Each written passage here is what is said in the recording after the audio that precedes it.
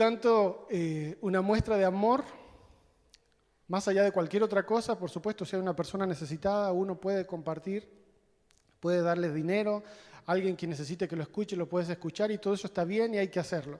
Pero algo que sobrepasa todo eso es compartir el Evangelio, el mensaje de Cristo, porque es ese mensaje que puede cambiar la vida de esa persona, no solo lo que le resta de vida acá en la tierra, sino que su vida eterna. Cada uno en su lugar, cada uno dentro de sus medios, y es precisamente de esto que vamos a hablar. ¿Han escuchado la palabra influencer? Yo sé que los chicos más jóvenes, nosotros los jóvenes, digamos, nosotros los adolescentes sí los conocemos, pero capaz que hay alguna persona que no. ¿Qué son los influencers? Una palabra que está muy de moda, ¿no? Los influencers son personas que a través de los medios de comunicación digitales, es decir, las redes sociales básicamente, crean contenidos básicamente en video y lo que hacen es hablar de un tema específico y mientras más populares se hagan sus videos, sus visualizaciones, estas personas se hacen más conocidas y se llaman influencers así porque influyen sobre un grupo de personas cada vez más grande. Porque ahora con la tecnología ya no solamente influyen sobre un país, como pasaba, por ejemplo, años atrás, que la televisión, por ejemplo, quería poner un influencer, quería hacer de una persona una influencia, ¿y qué es lo que hacía? Lo hacía grabar publicidades, lo metía en alguna telenovela, en las revistas de Chimento mostraba su vida, entonces a través de eso creaban un influencer. Bueno, ahora ese proceso es mucho más rápido y más individual porque las mismas personas se han hecho a través de las redes sociales y sobrepasan las barreras de los países. Entonces estas personas que crean este tipo de contenidos, hablando de diferentes temas, cada vez que tienen más seguidores o fans, se hacen más importantes, incluso algunos de ellos cobran por cada visualización, o sea, cada vez que uno se pone a ver su video, a ellos la empresa o el lugar de donde suben los videos les pagan algo. Entonces, manejan mucho dinero, manejan mucha influencia.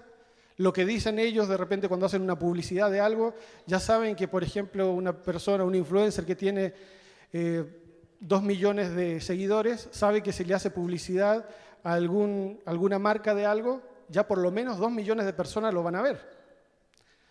Entonces es una influencia muy importante. Y depende de dónde suban sus contenidos, en qué plataforma digital tienen sus nombres, ¿no? Los que suben a YouTube se les llama YouTubers, los que suben a la plataforma de TikTok, TikTokers, los que suben a Instagram, Instagramers, pero todos son influencers. Y fíjense que el año pasado, año 2023, se hizo una estadística sobre las aspiraciones profesionales que tenían los adolescentes en Sudamérica. ¿Para ahí lo podemos ver? Bueno, no se ve mucho, pero yo les cuento más o menos. Porque están en los colores. Fíjense que ahí los colores que están en celeste, más claro, donde está Uruguay, Chile, Bolivia, Perú. Esos que están en celestito son todos los chicos adolescentes que su mayor aspiración cuando sean adultos es ser youtubers. O sea, quieren ser influencers en esa plataforma. Los países como Argentina, como Paraguay, arriba Venezuela, quieren ser... bueno, ellos quieren ser influencers nomás, no importa en qué plataforma, pero ellos quieren, esos chicos de esa edad, o sea, adolescentes, la mayor aspiración que tienen cuando sean mayores es ser influencer, no importa en qué plataforma. Los otros eran exclusivamente en YouTube. Solamente fíjense que en Brasil los chicos piensan en que su sueño cuando sean grandes es ser hombres de negocio. Tenemos arriba en Guyana, hay otros que quieren ser escritores y abogados, pero el resto, fíjense que casi todos Latinoamérica, todo Sudamérica, quieren ser influencers. Ese es el mayor anhelo que tienen los chicos jóvenes. Ninguno quiere estudiar una carrera específica, ir a la universidad. ¿Y por qué? Porque, hoy en día en la situación que estamos, ser una persona de influencia trae muchos beneficios, económicos y sociales también. Se transforma en una persona reconocida. Y bueno, hoy quería yo hablar de un influencer, ya tiene unos años, en el siglo I, uno de los influencers más importantes que ha tenido la historia de la humanidad, que se llama Saulo de Tarso, más conocido como Pablo, y me interesa mucho, él se cuenta parte de su vida en el libro de Hechos de los Apóstoles, pero hay un incidente en particular que me gustaría analizar con ustedes, pretendo hacerlo relativamente rápido. Y esta era una persona importante, fíjense que viajó por más de 5 países llevando el mensaje del Evangelio. Y estamos hablando de viajar en los tiempos donde no había avión, donde no había auto, sino que era caminando o en barco. Así que este Pablo que viajó a Chipre, Turquía, que se le llamaba en ese tiempo Asia Menor, Grecia, Israel, Italia, llevando el mensaje, se transformó en una persona muy importante. De hecho, la mayoría de los libros del Nuevo Testamento son escritos por este personaje. Así que imagínense que sí influyó, como digo, no solo en su momento, sino que a través de la historia, porque hoy hasta nosotros estudiamos sus cartas que él envió a las iglesias o a líderes de las iglesias para que puedan manejarse dentro de este nuevo concepto, esta nueva religión que estaban haciendo que se llamaba cristianismo. Pablo ejerce la influencia que tiene a través de su vida, por supuesto, su forma de vivir. Ejerce la influencia a través de su testimonio también, porque Pablo, ustedes conocen la historia, ¿no? Antes de convertirse al Evangelio, Pablo era una persona que, si bien pertenecía al pueblo judío, pero perseguía a los cristianos. Los mataba, los llevaba presos de aquí para allá, y él tiene una conversión, se encuentra con Jesús directamente y cambia su vida para siempre, y después de ser perseguidor del Evangelio, él se transforma en un embajador del Evangelio y predica por todos lados. Entonces Pablo tiene influencia a través de su vida, por cómo vive en ese momento, a través de su testimonio, pero a través de otras cosas que no siempre hablamos y que me parece que es importante también recalcar, que es a través de su conocimiento. Pablo era una persona muy capaz, se crió a los pies de un autor de la ley muy conocido, reconocido, que se llamaba Gamaliel. Así que hasta hoy los rabinos judíos, cuando estudian, no solamente es que estudian la Biblia y no solamente es que estudian los libros hebreos, sino que estudian idiomas, estudian las culturas de otros países, la historia de otros países. Por lo tanto, digamos que esa era una parte que Pablo también tenía de interesante hacia los demás. Este incidente que quiero compartir con ustedes está en Hechos, capítulo 17. Pablo está en este momento en Tesalónica con los judíos en las sinagogas, dice este verso, que escuchaban el mensaje. O sea, él está predicando en las, entre comillas, iglesias judías de Tesalónica, y habían algunos que los escuchaban, recibían ese mensaje, pero habían otros que sentían celos. Entonces, ¿qué es lo que hacen? Arman un boicot para que Pablo no siga predicando y, de hecho, para meterlo a la cárcel. Y a través de esto, cuando se entera Pablo, bueno, se escapa a otra ciudad que se llama Berea. Estaba en Tesalónica, se va a Berea, empieza a predicar porque Pablo es de esas personas que no puede estar callado donde está. Entonces, donde va, y él sabe que lo van a perseguir, que lo quieren meter preso, que lo quieren matar incluso, pero cuando puede se escapa, pero él va a seguir predicando donde esté. Se va a Berea, ¿qué es lo que hace Pablo? Se pone a predicar otra vez. Y va a las sinagogas. Y estos que estaban en Tesalónica, en la ciudad donde él había estado antes, que habían armado ese alboroto ahí para sacarlo de la ciudad y meterlo preso, se van a Berea. O sea, se ve que tenían bastante tiempo, porque no solo que lo persiguieron en Tesalónica, sino que Pablo se va a Berea, ellos también se van a Berea para hacerles problemas ahí.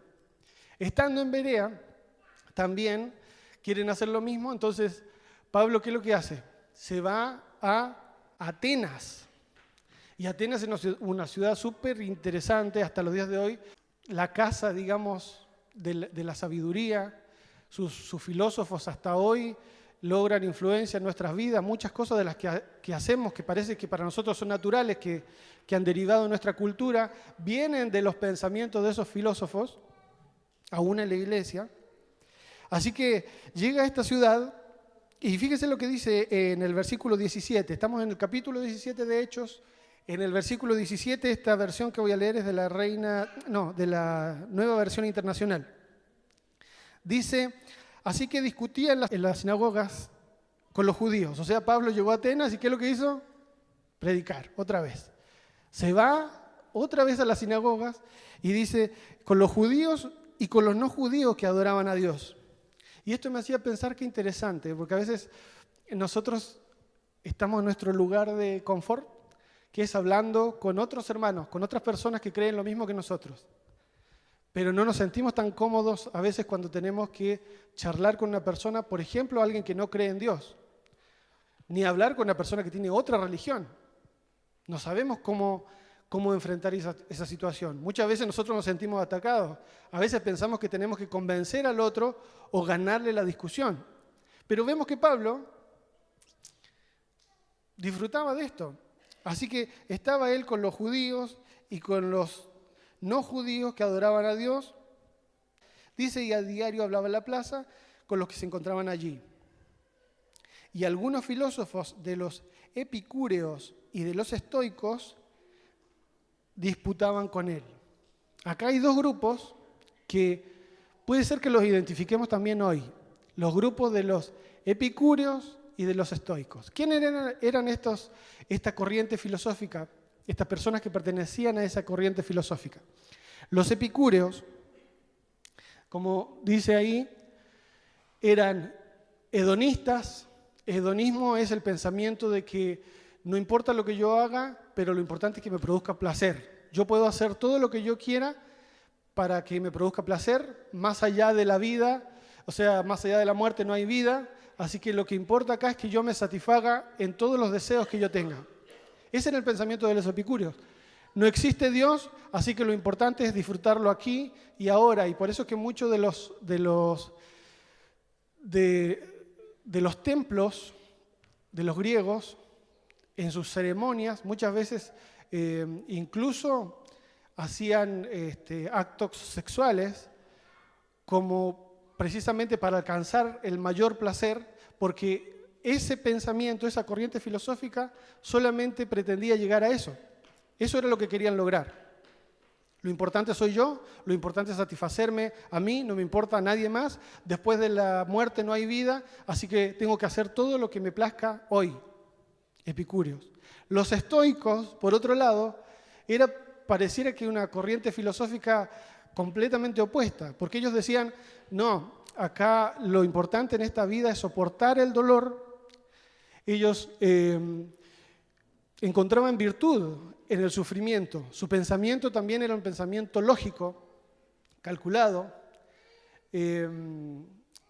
También practicaban el panteísmo. ¿Qué es lo que es el panteísmo? El panteísmo es cuando a cualquier cosa que existe le llamamos Dios y lo adoramos. Un árbol, la luna, el sol. Entonces, estaban los otros que decían no existe Dios, hasta disfrutemos toda la vida hasta que venga la muerte por nosotros, porque después de eso no hay nada. Y estaba el otro grupo contrario que decía Dios es el sol, Dios es la luna, Dios es la naturaleza, y se arrodillaban y se postraban ante cualquier Dios. El determinismo, cada cosa que yo hago depende de Dios. Alguien ya dijo que esto iba a ser así, yo no soy responsable de nada de lo que me pasa, sino que todo viene por alguna razón de un ser superior. Entre esas dos corrientes filosóficas está Pablo discutiendo en la ciudad de Atenas. Y estas corrientes filosóficas, si nos damos cuenta, también podemos identificarlas hoy, ¿no? Hoy, precisamente, podemos ver que por un lado encontramos personas que están tan ensimismadas en sus problemas y en su y en su bienestar, que dicen, no me importa nada lo que yo tenga que hacer para lograr yo estar bien, para yo satisfacerme, para yo lograr lo que quiero lograr, no me importa las cabezas que tenga que pisar, no me importa quién tenga que dejar de lado, olvidar, incluso matar si es necesario, no importa, porque lo importante es que yo me satisfaga a mí mismo. Eso lo podemos ver hoy también. Y por el otro lado también podemos ver esta otra corriente filosófica de las personas que a todo lo encuentran un Dios, nuevos pensamientos, nuevas formas de filosofías, y se inclinan ante eso y dicen, ahora voy a pensar en esto, y no, me dieron la receta de tal cosa, así que ahora tengo que apagar la luz y tengo que encender una vela a no sé quién. Y por el otro lado está eso, ¿no? Hago de mi trabajo un Dios, de mi familia un Dios, de mis sueños un Dios, y me postro ante eso y lo adoro todos los días, y todas las fuerzas que tengo de todos los días las dedico exclusivamente a eso. Eso pasaba en los tiempos de Pablo y podemos identificar que también pasa hoy, ¿cierto? Y resulta que está ahí Pablo en la plaza hablando con esta gente y discutiendo esto. Dice el versículo 18, y tomándole, le trajeron al Areópago, diciendo, ¿podremos saber qué es esta nueva enseñanza de que hablas? Pues traes a nuestros oídos cosas extrañas. Queremos pues saber qué quiere decir esto. Y hace un paréntesis, la misma Biblia hace un paréntesis y dice, porque todos los atenienses y los extranjeros residentes allí en ninguna otra cosa se interesaban, sino en decir o en hacer algo nuevo. Entonces ven que Pablo está una novedad y dicen, lo llevan a este tribunal, ¿no?, que se llama Areópago, donde ellos discutían de política, discutían de filosofía, los llevan ahí y le dicen, a ver, háblanos de esto nuevo que tú traes, porque a nosotros nos encanta escuchar cosas nuevas. Y ellos, como vimos, una de las corrientes filosóficas era, a ver qué Dios nuevo podemos adorar. Nos encanta esto, a ver, ven y explícanos. Y acá Pablo da uno de los discursos más importantes tal vez porque es resumido, sin embargo, toca puntos muy interesantes que a mí me gustaría que los podamos analizar juntos. Son 5 puntitos nada más, así que es una pintura de un pintor que se llama Rafael, que es la pintura precisamente de Pablo, predicando, dando este discurso, pero sí, la imagen que está a la derecha es del discurso de Pablo que hasta hoy se conserva en Atenas, ahora lo van a ver porque van a apagar un poquito la luz, pero hasta hoy se conserva en Atenas el discurso de Pablo escrito en esa placa que está ahí, obviamente en griego, ¿no? Eso existe hasta hoy. Bueno, ahí se ve, no sé si mejor, pero ahí está. Así que ahí está Pablo entonces, y Pablo va a dar este discurso. Y empieza Pablo de esta manera, fíjense. Dice, ciudadanos atenienses, yo observo que ustedes son sumamente religiosos en todo lo que hacen. Y al pasar y fijarme en sus lugares sagrados, encontré incluso un altar que tenía esta inscripción. A un Dios desconocido, decía la inscripción. Y el primer punto que yo veo acá, cuando Pablo empieza a hablar, es la primera palabra que usa. Ciudadanos atenienses, observo. Cuando nosotros a veces queremos compartir el Evangelio, es súper importante este primer principio, observo. ¿Qué quiere decir esto? Es mirar alrededor de donde estoy. La ubicación en el tiempo y el espacio. ¿Sabe que a veces cuando nosotros queremos hablar del Evangelio y sentimos que somos rechazados, no es por el Evangelio mismo, es porque somos impertinentes, es porque no entendemos el lugar ni el contexto en el que estamos? Pero Pablo lo que hace es estar en esta ciudad. Por supuesto que Pablo conocía la cultura, ahora vamos a ver más adelante, pero aún así observa qué es lo que está pasando, para después sobre eso ir en su discurso y hacer la conexión con el mensaje poderoso que él tiene. Así es que el primer punto es la observación. podemos sacar de este discurso de Pablo el primer principio, ¿no? Y esta escritura que Pablo le dice, yo veo que ustedes tienen un montón de templos, ya los vi, e incluso tenían un lugar que dice un Dios desconocido. Bueno, eso que ustedes adoran como algo desconocido, eso es lo que yo les vengo a hablar, le dice Pablo. Acá yo le puse este principio respuesta. ¿Por qué? Porque esta gente que estaba tan ávida de conocer cosas nuevas y que incluso le ponen una escritura a un Dios que ellos dicen, bueno, por si acaso hay un Dios que no conocemos, pongámosle ahí una escritura también, para tenerlo en cuenta. Pablo le dice, bueno, de eso precisamente es lo que yo le quiero hablar. Es decir, da una respuesta a esa curiosidad. Si en el fondo, cuando hablamos de compartir el Evangelio, ¿qué es lo que estamos haciendo? Estamos dando información también, ¿cierto? Y Pablo usa muy bien ese recurso.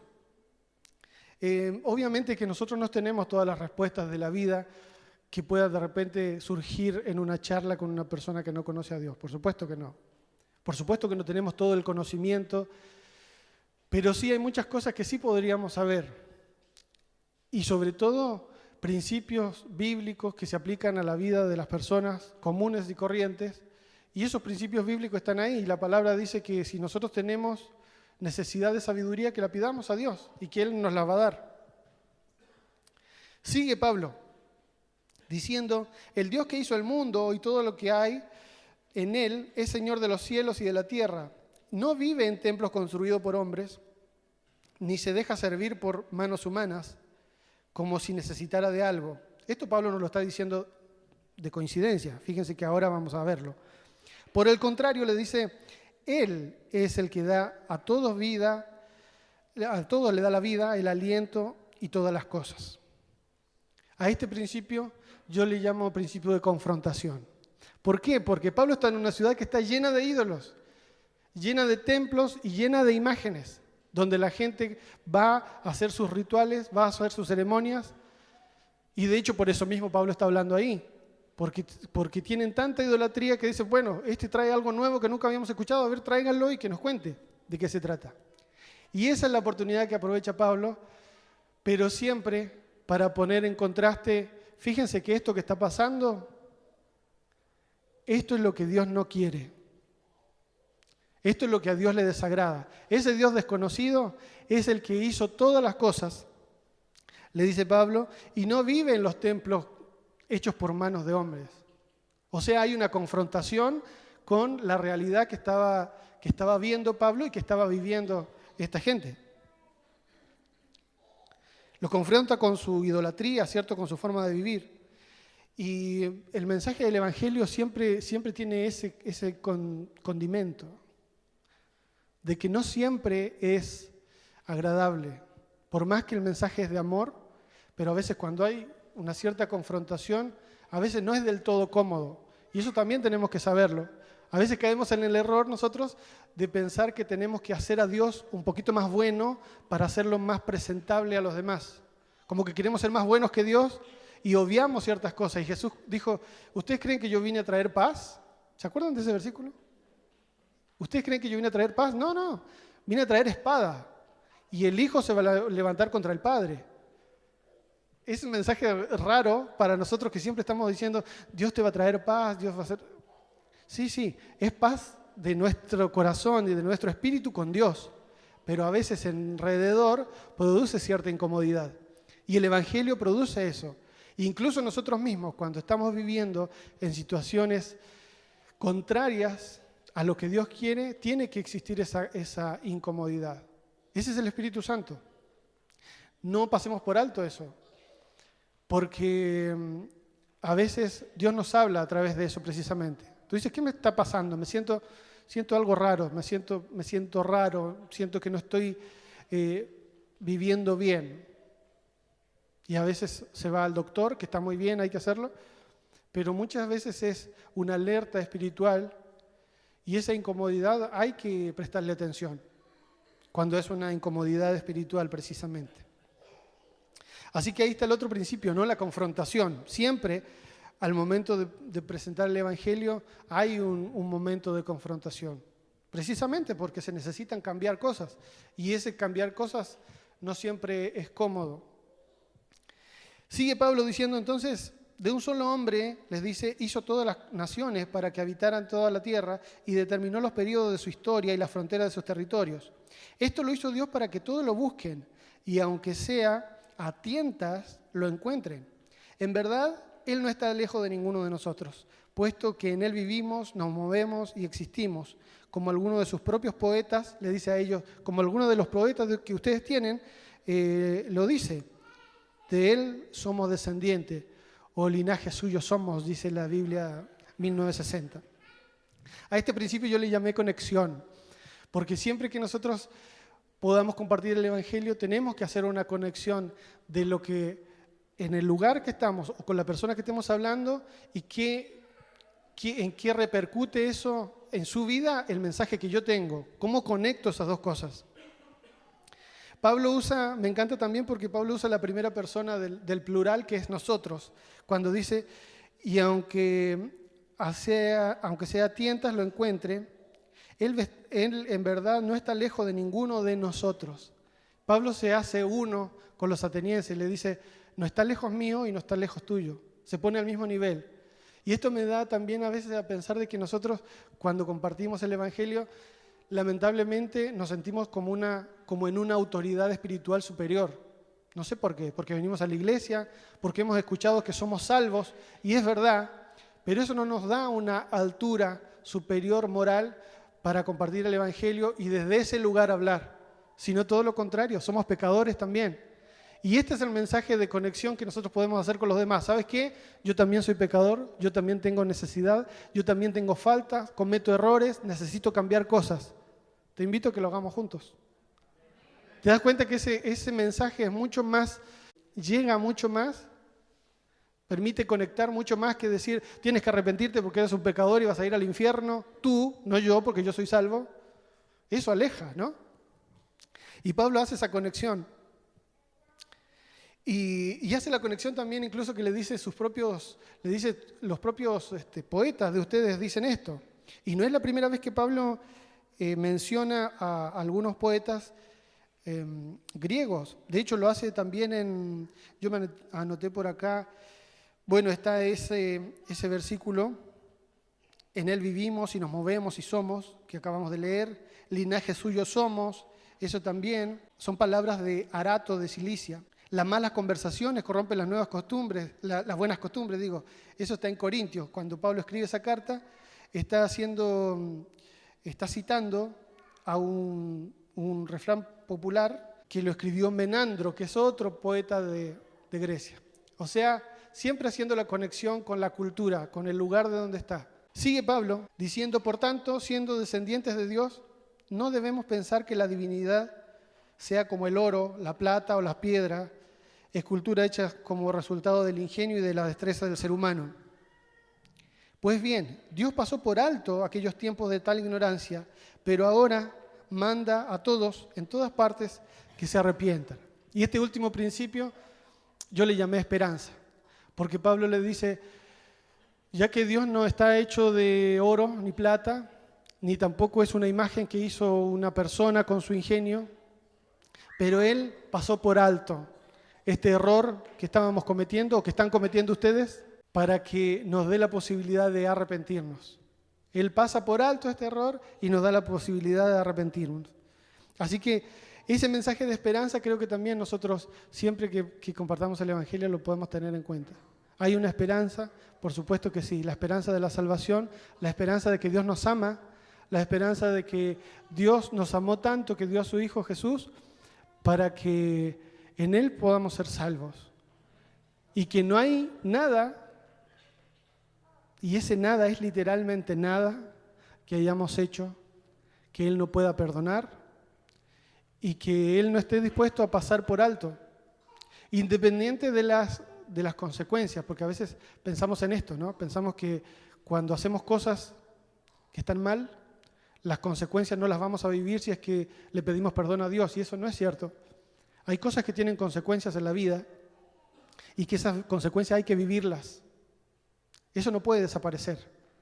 Pero sí, lo que podemos obtener es perdón, es restauración, es una nueva vida, un nuevo pensamiento, una nueva forma de caminar. Y si bien eso que pasó tiempo atrás te avergüenza, te duele, queda como un mal recuerdo para no volver a caer en eso, pero sí nos da esperanza de que tenemos una vida eterna y que Dios nos sigue amando con el mismo amor de siempre. Esa esperanza es la que podemos compartir también. Y ya en la última parte dice, Él ha fijado un día en que juzgará al mundo con justicia por medio de hombre que ha designado. Esto es Jesucristo, ¿no? De ello ha dado pruebas a todos al levantarlo de entre los muertos. Y cuando oyeron esto, de que Pablo estaba hablando de la resurrección de Jesús, dice que algunos se burlaron. Y eso no nos tiene que extrañar tampoco. La resurrección de Jesús es el punto clave siempre en el mensaje del Evangelio. Tú puedes hablar de todo lo demás, puedes hablar de por qué llegó Jesús a la cruz, puedes hablar de cómo murió Jesús, pero cuando hablas de la resurrección y solo la confianza en la resurrección de Jesús es lo que trae verdadera libertad y la verdadera entrada a la vida eterna. En vano, decía Pablo, predicamos, todo esto que hacemos de ir para acá, para allá, que nos apedreen, que estemos a punto de naufragar, que nos quieran meter en la cárcel, todo eso que hacemos no sirve de nada si es que Él no ha resucitado. Y ese punto, ese escándalo de la resurrección, provoca precisamente que haya alguna gente que no lo crea, que haya otras personas que se burlen, pero fíjense lo que dice el último versículo. En este momento Pablo salió de la reunión y algunas personas se unieron a Pablo y creyeron. Entre ellos estaba Dionisio, que era miembro de ese tribunal, Areópago, y una mujer llamada Dámaris. Así que cuando compartimos el Evangelio, no todas las personas que escuchen van a tener un corazón abierto y dispuesto.